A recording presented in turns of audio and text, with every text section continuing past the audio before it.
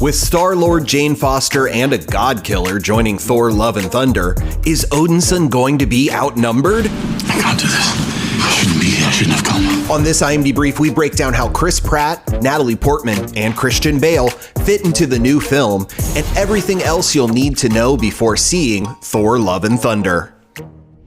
A fourth Thor movie is in the works from co-writer, director, and Ragnarok Helmer, Taika Waititi, with Chris Hemsworth naturally returning as the God of Thunder, and Natalie Portman rejoining the MCU as Jane Foster, Thor's love interest, a character she hasn't played since 2013's The Dark World. He's not interested. I'm not interested.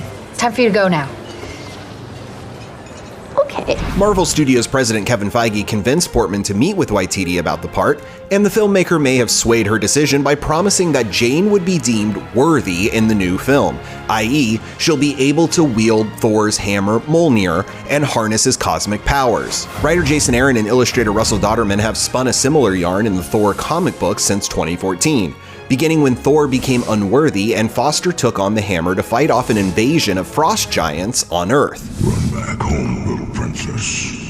Dad.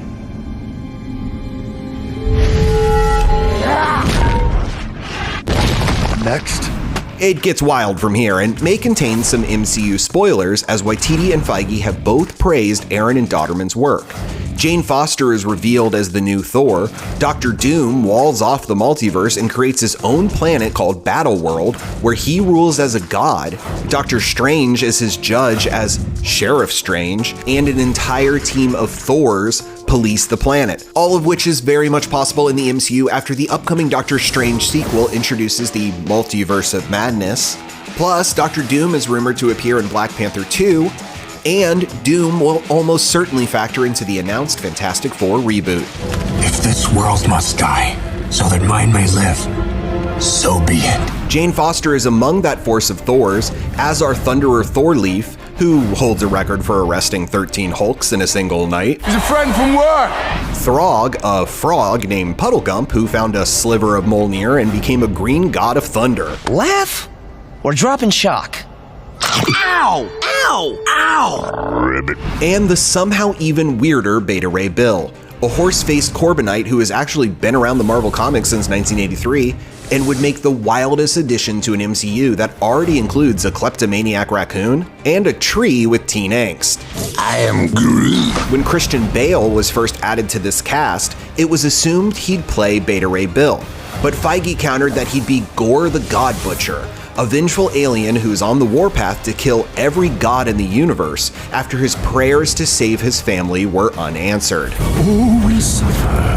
All will burn. Oh, that's intense. Gore could send Thor spiraling back into the depression caused by losing Jane and failing to stop Thanos' snap.